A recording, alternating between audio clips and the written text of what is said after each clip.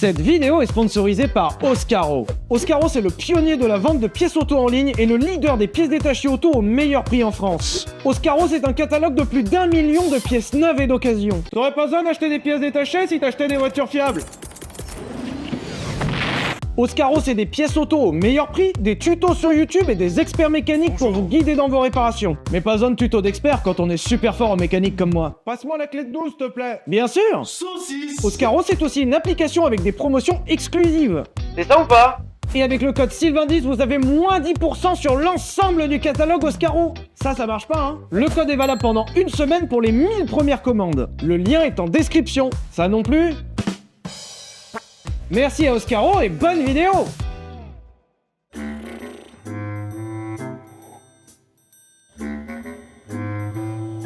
Bonjour à toutes, bonjour à tous et bienvenue sur ce nouveau format que je sais pas comment il s'appelle.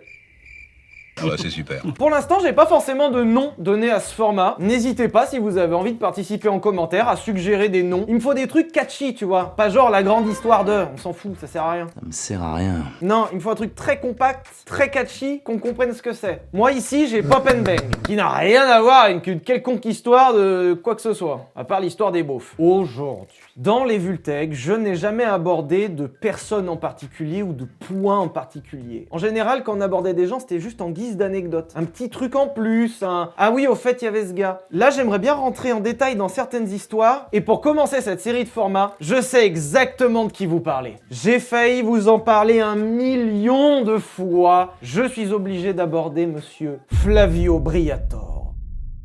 Et si j'aborde l'histoire de cette personne, c'est pas pour rien. 1, son histoire est incroyable. Mais 2, l'histoire de ce gars est liée à beaucoup d'histoires d'autres choses dans la Formule 1 et dans le sport auto en général. Donc, vous parler de ce mec n'est qu'un petit point parmi une sorte de constellation qui viendra dans les prochaines semaines. Et je pourrais vous dire, ah au fait, ça, c'est lui. Genre par exemple, qui a lancé la carrière de Michael Schumacher ? Flavio Briatore. C'est pour ça qu'il faut que je vous en parle. En fait, j'ai été obligé de vous refaire un format dans le style du Vultech pour une seule et bonne raison. J'adore faire ça. J'adore vous parler des histoires des gens, j'adore vous bassiner pendant 1 heure avec les histoires de gens qui ont fait des trucs de folie. Et j'adore les histoires de gens où quand on te le raconte, tu dis on aurait voulu l'écrire, on n'y serait pas arrivé. J'adore ça. Et il y en a tellement des histoires comme ça, il y en a tellement.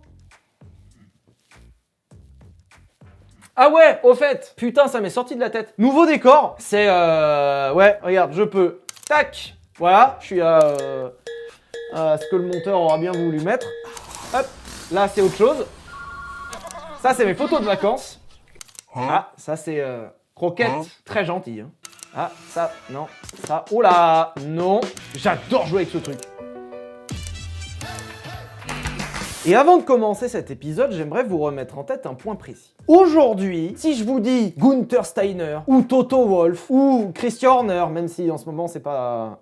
bref. Si vous suivez un minimum la Formule 1, vous avez forcément en tête ces noms. Ces noms, ce sont les noms de directeurs sportifs, directeurs d'écurie. Par exemple, ce gars-là, Mattia Binotto. Bon, à la base, personne ne le connaissait. Et puis, il est passé sur Netflix. Drive to Survive. En fait, depuis que la série Drive to Survive existe sur Netflix, la Formule 1 a pris une sorte d'aura, un rayonnement qui n'avait jamais été vu avant dans la Formule 1. Et avant que la série Netflix sorte sur la Formule 1, les chiffres de la Formule 1 baissaient. Et c'est vraiment la série Netflix qui a remonté la hype de la Formule 1. Ça a tellement marché qu'ils sont en train de le faire sur le tennis. Et il y en a même un qui existe sur le NASCAR. Faudrait que je vous en fasse des épisodes sur le NASCAR. Oh là là là là. Bref, c'est pas le sujet. Et la force de la série Netflix sur la Formule 1 est déjà de mettre en avant les passes d'armes entre pilotes qui sont folles, mais aussi de mettre en avant l'arrière-plan. Et dans l'arrière-plan, on trouve les directeurs d'écurie. Les directeurs d'écurie, c'est quelque chose qui a toujours existé. Par exemple, si je vous dis Enzo Ferrari, vous voyez forcément qui c'est, je vous en supplie, dites oui. Il était directeur d'écurie. Ferrari, merci. Si je vous dis Jean Todt, vous en avez peut-être entendu parler, c'était aussi un directeur d'écurie. À succès. Il a aussi un peu lancé la carrière de Michael Schumacher.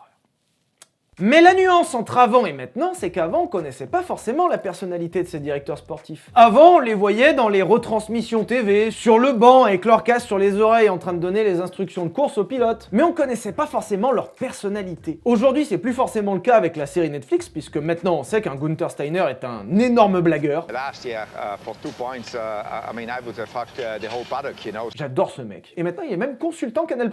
C'est comme ça qu'on sait qu'un Toto Wolff est un immense non-blagueur. as the fist goes onto the desk. Mais il y en a un qui a réussi à devenir quasiment plus connu que les pilotes qu'il supervisait. Et ce gars, c'est Flavio Briatore.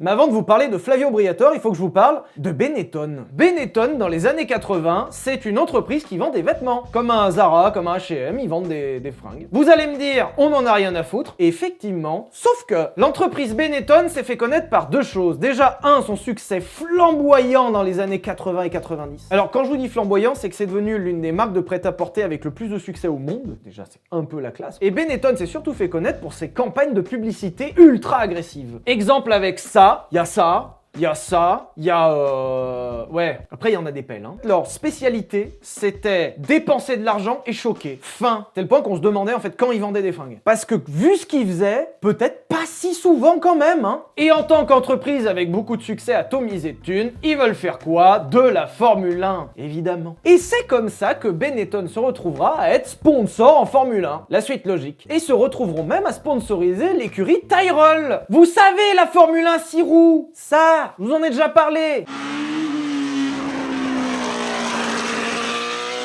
Ça existait, avec un succès très relatif et certaines histoires de triche. Je vous en reparlerai un jour. Et à ce moment précis, si vous êtes encore sur la vidéo, vous me dites, Sylvain, c'est bien gentil, mais déjà, on n'en a rien à foutre. Et deux, quand est-ce qu'on parle de Flavio Briatore? J'y arrive. Flavio Briatore est né en avril 1950 en Italie. Et à la base, Flavio Briatore n'en a rien à cirer de la Formule 1. Le mec qui est devenu directeur d'écurie de Formule 1. Oui. Flavio Briatore à aucun moment ne se destine à être directeur d'écurie de Formule 1. Non. Flavio Briatore, il a fait des études de géomètre. Vous savez, les gars, avec les trépieds là. En fait, au final, ses études ne lui plairont pas. Il finira par être moniteur de ski. Ce qui lui plaira pas non plus. Et il finira par être directeur de restaurant. Ce qui lui plaira pas non plus. Et il finira par être trader. Et là, ça lui plaira un peu plus. À la base, Flavio Briatore ne sait pas vraiment ce qu'il veut faire dans la vie. Il y a juste deux choses qui l'intéressent. 1, être connu. Il y a des gens comme ça. Hein. Et 2, la thune. Je vais être très clair avec vous, Flavio Briatore adore la thune. Après, ça mérite d'être honnête. Et jusque-là, tout roule pour notre bon Flavio. Un point près, c'est qu'il trouve qu'il se fait pas assez de thunes. Et à travers ses nombreux contacts, Flavio Briatore va commencer une activité parallèle, la fraude fiscale. C'est pas une blague, voilà. Et nous sommes dans les années 80, Flavio Briatore n'a jamais touché et n'a même pas l'idée qu'un jour il sera directeur d'écurie en Formule 1, et il est déjà condamné 2 fois de la prison ferme. Fraude fiscale et blanchiment. Mais je vous rassure, ce n'est vraiment qu'un début. Et dans toutes ces petites aventures, Flavio Briatore finira par rencontrer un monsieur qui s'appelle Luciano Benetton, qui n'est d'autre que le directeur et créateur de l'entreprise Benetton. Et là, vous avez compris, Briatore et Benetton créent le... Pas du tout. Non, on est toujours à la fin des années 80 et Benetton veut s'implanter aux États-Unis et nomme Flavio Briatore directeur de la branche États-Unis, qui n'a rien à voir avec la Formule 1. Non. Et il faut vraiment attendre le début des années 90 pour qu'il se passe enfin la jonction entre les deux mondes. Luciano Benetton, qui était jusque-là sponsor d'une écurie, c'est-à-dire juste l'autocollant dessus, c'est pas son écurie. Et à un moment, il se dit, en fait, je peux juste avoir mon écurie, Benetton F1. Et lorsque Luciano Benetton rachète l'écurie Toleman et crée l'écurie Benetton, la première chose qu'il fait, c'est dégager le directeur. Alors, je sais pas si vous êtes au courant, mais dégager le directeur, c'est très très chouette, mais il faut un directeur quand même. Luciano Benetton va donc aller piocher dans son carnet d'adresses pour savoir qui mettre à la place de ce directeur. Et pour ça, il lui faut quelqu'un de charismatique, quelqu'un qui a de l'expérience dans le management, quelqu'un qui se laisse pas marcher sur les pieds, et si possible, quelqu'un avec beaucoup de poigne et un bon carnet d'adresses. Il bosse.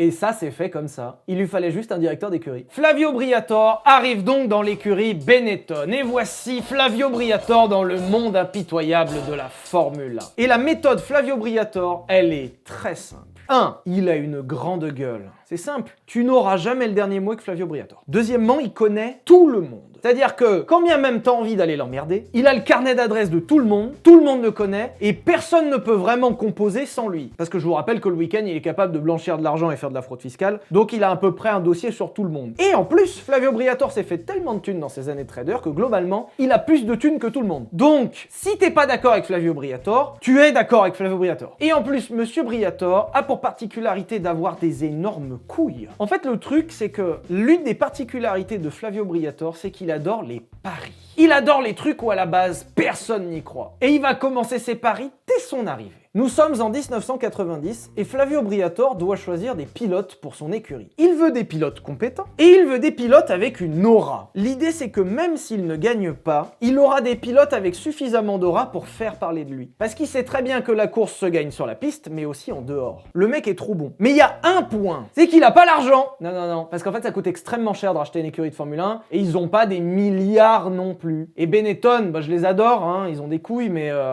gestion de l'argent c'est pas...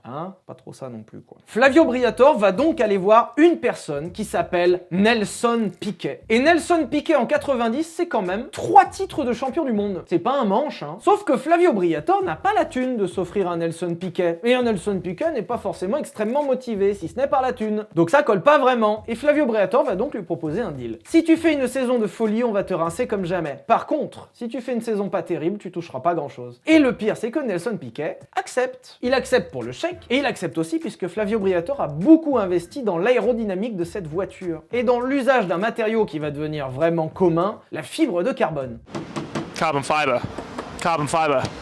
Carbon fiber. Et pour cette saison, Benetton finira 3e au championnat constructeur. Plutôt cool. L'année 91 est moins flamboyante, parce que la concurrence est folle, parce que la voiture est vieillissante, Nelson Piquet est moins motivé et l'écurie manque sincèrement de renouveau. L'année 91 est donc un semi-échec, à une seule nuance, c'est que Flavio Briatore cette même année signe un jeune pilote pas très connu, qui a pas forcément fait ses preuves, mais qui pourrait être prometteur. Et son nom, c'est Michael Schumacher. Et ça va chier.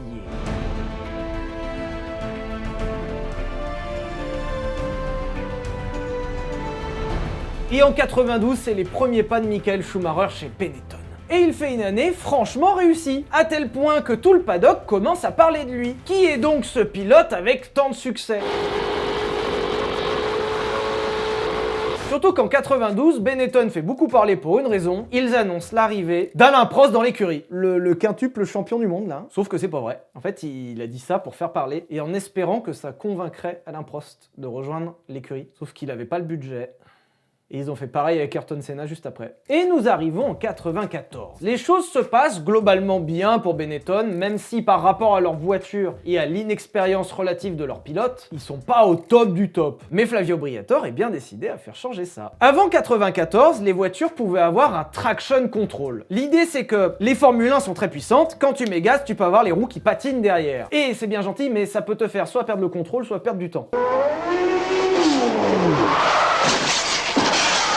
Et on veut ni l'un ni l'autre. C'est pour ça qu'on a inventé le traction control. Il y a un ordinateur dans la voiture qui détecte quand les roues patinent, et quand les roues patinent, ça coupe. Ce qui fait qu'on est toujours à la limite du patinage, et donc toujours le plus efficace possible. Très malin. Ce qui fait que même en sortie de virage roue braquée, tu mets grand gaz et la voiture ne patinera jamais vraiment, tu ressors juste du virage comme une balle et c'est bon. Ça a un avantage, c'est que ça apporte de la sécurité et de la performance. Ça a un inconvénient, c'est que tout le monde devient très bourrin. À tel point que finalement ça en devient très dangereux. Et par rapport à certains accidents et aussi à la facilité et au manque de spectacle, le traction control est interdit. Et en parlant de spectacle, à l'époque vous aviez le refuel. En fait pendant la course vous deviez remettre du carburant dans votre voiture. Alors ça existe encore en endurance pour des raisons évidentes que ça dure 24 heures. Mais aujourd'hui, ça n'existe plus principalement pour des raisons de sécurité, puisqu'en fait, les gens pouvaient prendre feu avec des flammes invisibles. Invisible methanol flames engulf the pit. The fire sparks mayhem, and the crew scatters for help.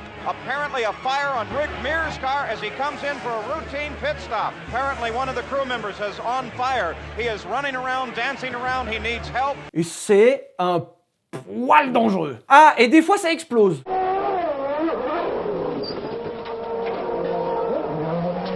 Le refuel, même si c'est très spectaculaire, n'est plus autorisé aujourd'hui. À l'époque, il l'était. Et on en arrive au premier point qui bloque. Nous sommes au Grand Prix du Brésil en 94, la terre d'Ayrton Senna. Et devinez quoi ? Michael Schumacher est plus performant qu'Ayrton Senna sur sa propre piste. Ça, c'est très chouette. Ayrton Senna et Michael Schumacher se font une course de folie. Et à un moment dans la course, Ayrton Senna et Michael Schumacher rentrent au stand quasiment en même temps. Les deux se garent et les deux passent au refuel. Pour vous resituer, le refuel n'est pas à la tête du client. Le refuel est très normé et dans tous les stands, toutes les pompes sont rigoureusement les mêmes. Mais peut-être pas chez Benetton. Schumacher et Senna rentrent quasiment en même temps, sauf que Schumacher ressort bien avant Ayrton Senna des stands. Comme si son refuel avait été plus rapide. Et le seul moyen d'avoir un refuel plus rapide, c'est de tricher au niveau de la pompe. Alors, Flavio, je t'adore, hein, mais c'est pas discret. On te voit, en fait. Même si beaucoup de doutes planeront sur l'écurie Benetton, il n'y aura aucune sanction de prise. Pour l'instant, on soupçonne Flavio Briatore de tricher un peu. Pour l'instant, on soupçonne. Jusqu'au Grand Prix de San Marin. Grand Prix tristement connu pour 2 drames. Déjà la veille de la course, Roland Ratzenberg se tue à cause de vrais défauts de sécurité. Le drame se poursuivra dans la soirée où plusieurs pilotes s'opposeront à la tenue du Grand Prix et la direction de course ne les écoutera pas et forceront le Grand Prix à se tenir, ce qui mènera à un autre drame, la mort d'Ayrton Senna. Je sais pas si on vous mettra les images parce que le crash est vraiment difficile à regarder. Ayrton Senna perd la vie ce jour-là et dans les coulisses, encore un drame. Tout le monde est remonté contre la direction de course et la direction de course va nous faire de la grande direction de course. Alors je vous le dis, hein, en général, la direction de course, c'est toujours un sujet un peu compliqué. Mikey, what was that? La direction de course, c'est littéralement comme les assureurs. Ils sont responsables de la course, mais dès qu'ils ont l'occasion de dire que c'est pas leur faute, c'est les premiers. Et la première réaction à ces 2 drames de la direction de course, plutôt que s'excuser, plutôt que changer les trucs, non, ils prennent des voitures au pif sur la grille pour les analyser et pour essayer de voir si ce serait pas la faute des écuries. Plusieurs voitures sont sélectionnées, dont celle de Michael Schumacher. Et le fait qu'ils aient pris la voiture de Schumacher n'est pas un hasard. Entre ces refuels un peu rapides, ces performances en piste qui sont vraiment très très bonnes par rapport à des très grands pilotes sur la piste, et juste les décollages canons de Schumacher.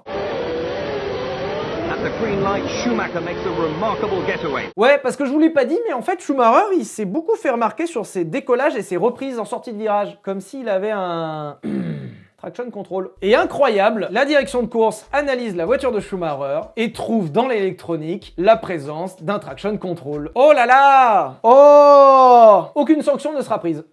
Aucune. Il y a un traction control dans la voiture, il n'y a pas eu de sanction. Pourquoi? Parce que Flavio Briatore a été convoqué en direction de course. Et Flavio Briatore dira un truc très simple. Oui, la voiture a un traction control. Mais on l'utilise pas. Et au pire, si vous voulez nous sanctionner, ok, mais juste prouver. 0 sanction. Il est trop fort. La direction de course n'arrivera jamais à apporter de preuve que le traction control a été effectivement utilisé. Il y en a un, mais ils peuvent pas prouver qu'il a été utilisé.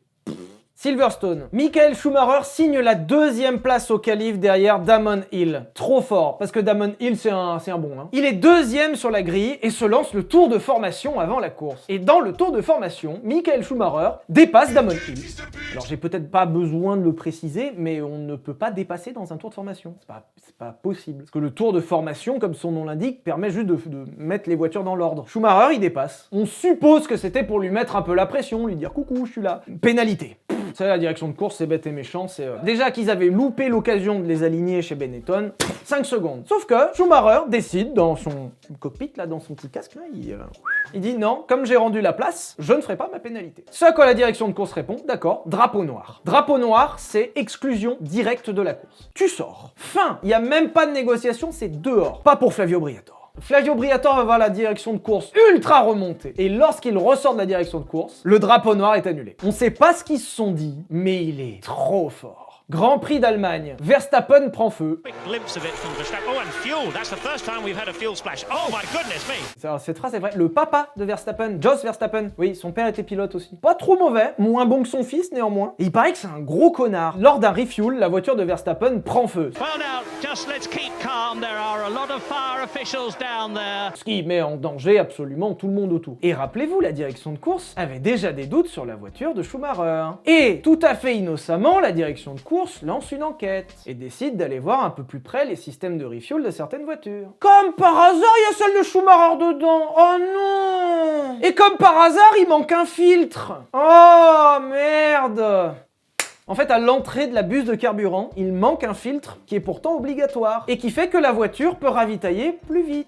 Oups. Flavio Briatore est convoqué en direction de course et Flavio Briatore s'en sort sans sanction. En fait, cette fois-ci, il mettra la faute sur l'équipementier, sur les gens qui ont fourni le réservoir, en disant que lui avait bien demandé à ce qu'il y ait le filtre et que c'est un hasard, écoutez. Alors, je l'ai demandé avec le filtre, ils me l'ont fourni sans le filtre. Ça fait des courses et des courses qu'on s'en rend pas compte, hein. Et on est passé à ça, hein. Encore une fois, Flavio Briatore s'en sentira sans sanction. Trop fort. En fait, s'il s'en sort à chaque fois sans sanction, c'est que Flavio Briatore a bien compris que la course se jouait sur la piste, mais la course se joue en dehors, et notamment dans le carnet de règlement. Oui, dans le règlement, il est marqué que certaines choses sont interdites, mais il n'est pas forcément marqué que tout est interdit. Le coup du traction control, c'est exactement ça. Oui, les voitures ne doivent pas utiliser de traction control. Cool, ma voiture peut quand même l'avoir. Si je l'utilise pas, un génie. Et en 94, après une saison de folie et des bagarres dans tous les sens, Michael Schumacher remporte le titre. En 94, c'était au prix d'une grande bagarre. En 95, faut que je vous explique un truc. Flavio Briatore va juste racheter l'écurie Ligier. On pourrait croire qu'il a fait ça parce qu'il a tellement de thunes qu'il sait pas quoi en faire. Certes. Mais il a fait ça pour autre chose. À cette époque, l'écurie Ligier possède un accord avec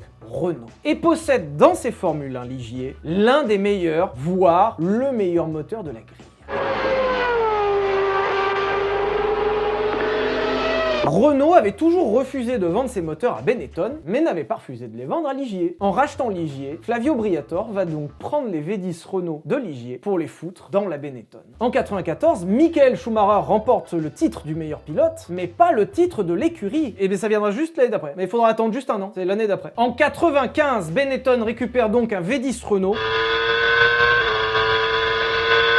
c'est-à-dire l'un des meilleurs moteurs de la grille, avec une voiture déjà très efficace et fiable, rajoute par-dessus un Michael Schumacher qui est déjà champion du monde, et l'année 95 ressemble aux dernières années avec Max Verstappen chez Red Bull. Ma come diciamo sempre la domenica che conta. L'année 95, Michael Schumacher roule sur tout le monde. Et l'année 95, il remporte son deuxième titre de champion du monde, et Benetton remporte le titre écurie. Ça y est, Benetton est sur le toit du monde, et Flavio Briatore a réussi. Et c'est le début des emmerdes. Alors je vous le résume très simplement, 95 ils sont au top. Ils ont tout gagné, la voiture est folle, tout ça, tout ça. Fin 95, ils perdent Schumacher, qui part chez Ferrari. 96, ils perdent le directeur technique, qui part chez Ferrari. Et 97, ils perdent Flavio Briatore. Et oui, Flavio Briatore finit par se prendre la tête avec la famille Benetton, et Flavio Briatore sera globalement, j'allais dire remercié. Viré marche aussi. En fait, ils en ont marre. Sur les années 96 et 97, le budget dépensé a été phénoménal pour des résultats qui sont...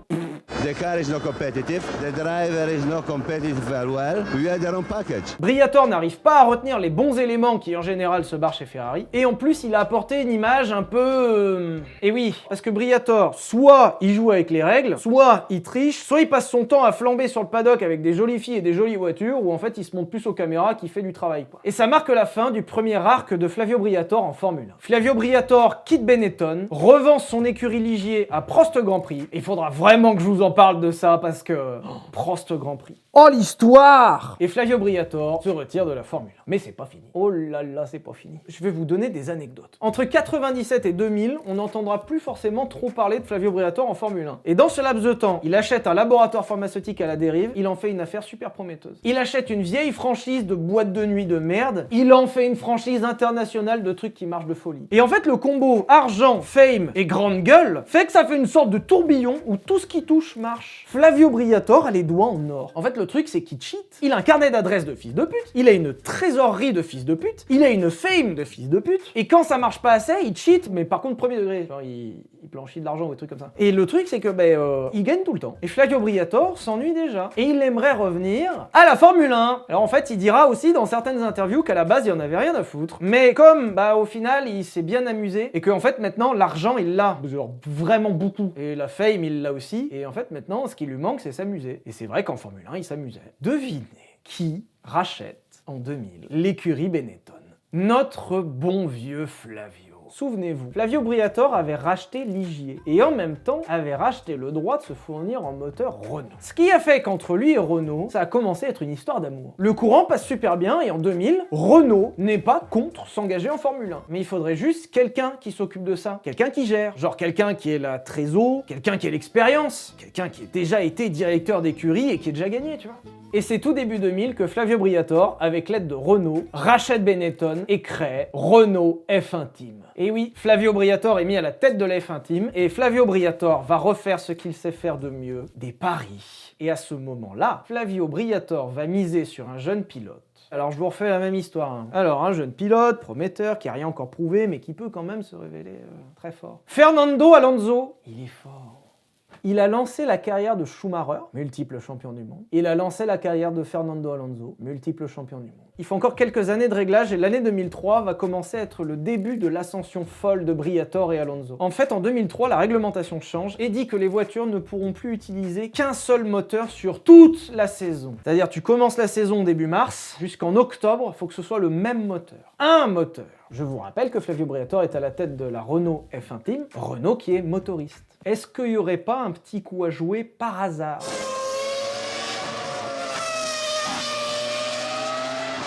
Contrairement à d'autres, Flavio Briatore va surtout axer son développement de moteur sur la fiabilité. Ça sert à rien d'être un peu plus performant que les autres si c'est pour exploser le moteur et prendre des dizaines de places de pénalité dans l'année. Et son pari paye encore. Et nous sommes en 2005 et la saison est folle. Flavio Briatore avec sa Renault et Alonso remontés comme jamais face à un Ferrari qui semblait invincible remporte le championnat du monde constructeur et le championnat du monde pilote.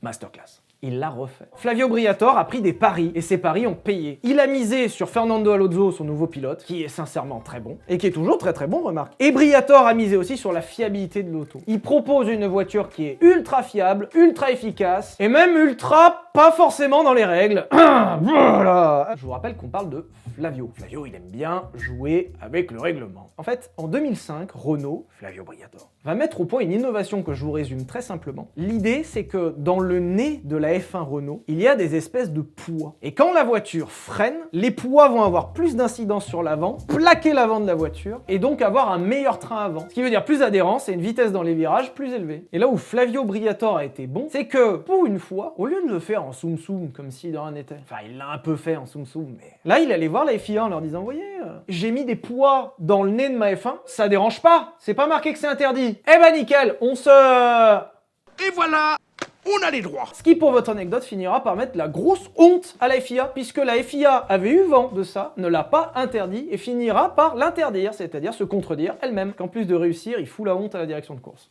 Noi siamo bravi a fare le gare, non siamo dei politici, per cui noi dobbiamo dare il più bello spettacolo di questo sport che è fantastico. Il est fort, hein, le bâtard, il est fort. L'année 2005 était folle, l'année 2006 le sera encore plus, avec peut-être l'une des plus belles saisons de l'histoire de la Formule 1. Tout simplement. Les voitures passent des V10 Atmo au V8 Atmo, les souvenirs quand même. Hein.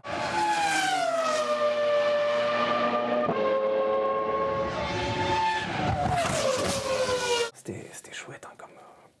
Et ça donnera l'une des plus grandes passes d'armes entre Fernando Alonso et Michael Schumacher sur la piste où chaque Grand Prix est une bagarre de folie. Là où Flavio Briatore aura encore marqué l'histoire, en fait l'immense majorité des écuries concurrentes ont gardé le châssis fait pour les moteurs V10, ont enlevé le V10 et mis un V8, disant bah châssis c'est un châssis quoi. Flavio Briatore va décider, en se prenant un peu la tête avec Renault au passage, de tout changer. Nouveau moteur si tu veux, mais nouveau châssis aussi. Flavio Briatore était convaincu qu'il fallait absolument que le châssis soit développé autour du moteur, et pas l'inverse. Alors, je vous le dis, hein, Flavio il passe pour un fou. Déjà parce que ça coûte une fortune de tout refaire, et surtout parce que je vous le rappelle, bah, sa Formule 1 marchait très bien en fait, il vient de gagner. Vous connaissez forcément la devise, on change pas une équipe qui gagne. Bah si, et le pire c'est qu'il regagne. Fernando Alonso et Flavio Briatore offrent encore une fois une victoire à l'écurie Renault F1 Team. Et puis quelle victoire en plus, hein. Putain elle était belle. Hein. Après vous connaissez l'histoire. En général après le pic arrive la descente. Et la descente elle est dès 2007. En fait Renault embauche un ingénieur de chez McLaren et McLaren en profitera pour attaquer Renault en disant que l'ingénieur est peut-être parti avec des documents confidentiels. Peut-être. Alors... Allez, on fait un pari. Flavio Briatore est accusé d'avoir triché. Qui est surpris? Personne, merci. Flavio Briatore est appelé en direction de course. Est-ce qu'il va être sanctionné? Non. Il a une carte, Flavio Briatore. Il dit ok, cool. Ouais, on a volé des trucs à McLaren. Cool, prouve-le. Pas de preuve, pas de sanction.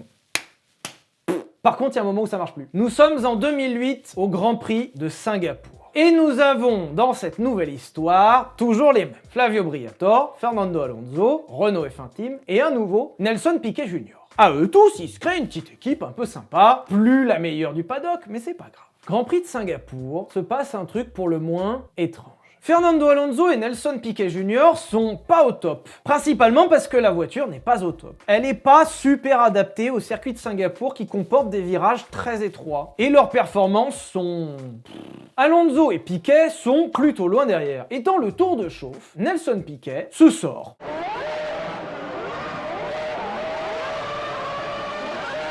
On saura jamais vraiment s'il a fait exprès pendant le tour de chauffe, mais il en ressort un truc. Il se tanque à un endroit où il n'y a pas vraiment de moyen de sortir la Formule 1. Si elle reste là, c'est safety car obligatoire. On a l'info, jusque-là, on s'en fout. La course se lance et au début, tout se passe bien. Et on arrive au 12e tour, Fernando Alonso rentre au stand. Il rentre pour ravitailler sa voiture et mettre des pneus neufs. Jusque-là, rien de surprenant, à part un détail. En général, sur ce circuit, le refuel et changement de pneus se fait plutôt à partir du tour 15, pas du tour 12. Alonso se serait donc arrêté trop tôt. Bizarre. Alonso ressort, reprend la piste, et là, coup de théâtre, Nelson Piquet Jr. se sort. Au même virage où il s'est sorti quelques tours avant. Sauf qu'il se sort d'une telle façon que la voiture est en plein milieu, et la voiture ne peut pas s'extraire, ce qui veut dire safety car. Safety car, c'est voiture de sécurité, c'est une voiture qu'on met devant, qui bride et qui resserre le peloton. On baisse un peu le rythme, le temps de sortir l'élément dangereux en toute sécurité, puis ensuite la safety car rentre et on relance. Sauf qu'à l'époque, il y a une petite nuance dans la règle du safety car. La règle de l'époque stipule que lorsque la safety car est en piste, les Formule 1 n'ont pas le droit de s'arrêter au stand.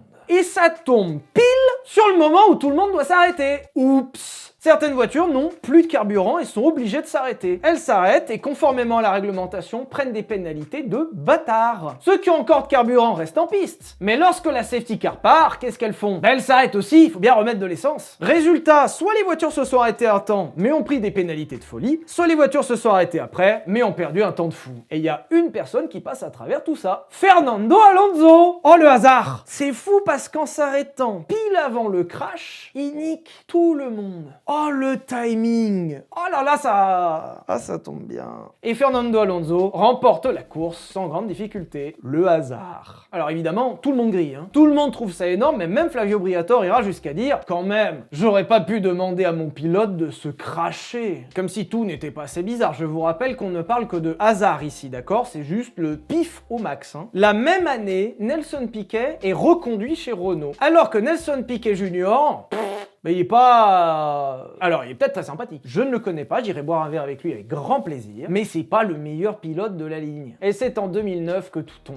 Alors là, attention, Nelson Piquet Jr. est dégagé de chez Renault. Ses prestations sont pas bonnes et le vrai principal problème, c'est que cette rupture se fait dans la douleur. Flavio Briatore et Nelson Piquet Jr. se détestent. À tel point que, en 2009, lorsqu'il est annoncé officiellement que Nelson Piquet Jr. est dégagé, il va prendre la parole dans les médias avec son papa et ils vont dire un truc.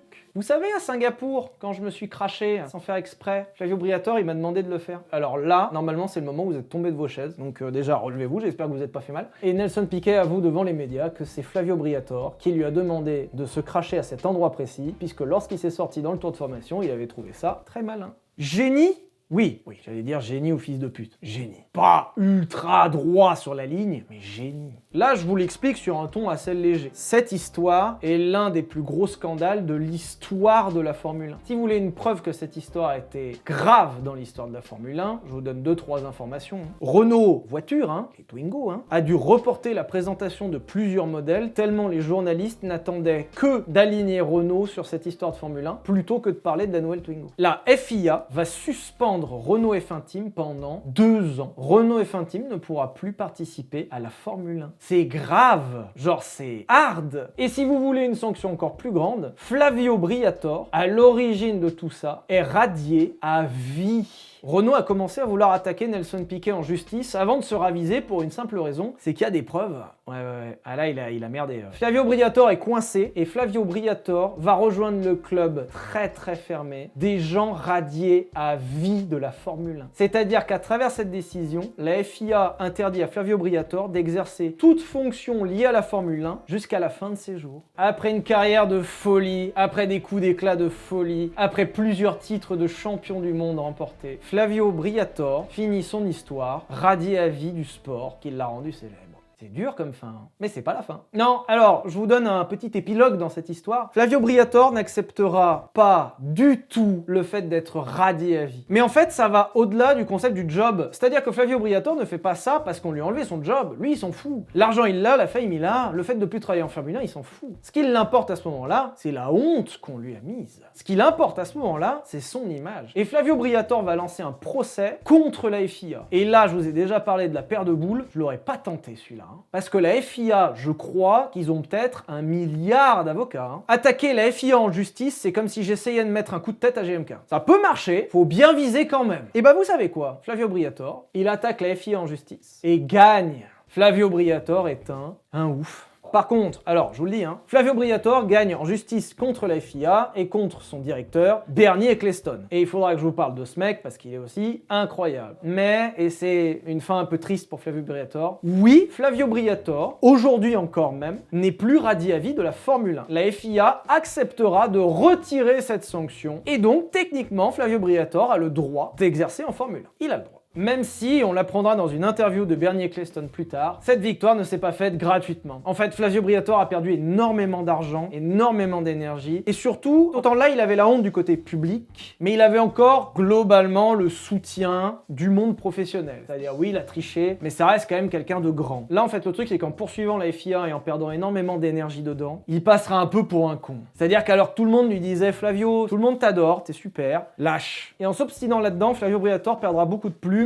et passera en plus pour le casse-boule de service. Ce qui fait que, je vais essayer de vous formuler, mais en fait là il est arrivé à un stade où tout le monde se regarde en disant est-ce qu'on a vraiment envie de réembaucher Flavio Briatore? Et la réponse est non. Autant il a lavé son honneur, autant il s'est un peu grillé dans le monde de la Formule 1, ce qui fait que oui, il a le droit d'y retravailler, mais personne ne veut le refaire travailler. Et Bernie Ecclestone dira même en interview, ce qu'il a fait était inutile, il est bien dommage que cela ait eu lieu. Et c'est ainsi que s'arrête l'histoire de Flavio Briatore en Formule 1. Voilà, j'espère que vous avez apprécié cette histoire. Alors qu'est-ce que devient ce bon vieux Flavio? Eh ben écoutez, il va bien. Ouais, alors ça, on ne change pas une équipe qui gagne de l'argent en l'occurrence. À la suite de sa radiation, Flavio Briatore deviendra de temps en temps consultant pour la F1, mais surtout critique de Formule 1, puisque, je vous le rappelle, ça reste un bon client. Ce qui était chouette avec Flavio Briatore et qui a fait sa renommée et sa fame, ce que je vous disais au début de l'épisode, c'est que Flavio Briatore, tu lui donnes une caméra et un micro et il te sort forcément des dingueries. Et c'est là qu'il donnera l'une de ses phrases les plus célèbres. La F1, c'est plus un sport de gladiateur, c'est un sport de comptable. Voilà, donc il l'avait encore un poil mauvaise, hein, désolé. Voilà, il est 16h05, ça fait maintenant quasiment 2 heures que je tiens la jambe à ce pauvre monteur qui est en otage parce que j'arrête pas de parler. J'espère que vous avez apprécié ce format. Pensez à proposer des noms en commentaire. Pour l'instant, on va dire que c'est le format mystère, le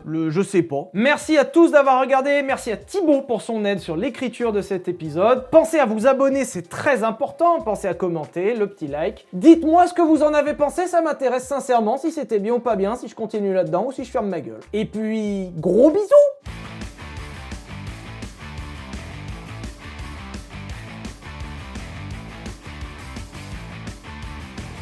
Se sei arrogante sei fuori, se sei un cretino sei fuori, se fai troppa teoria sei fuori.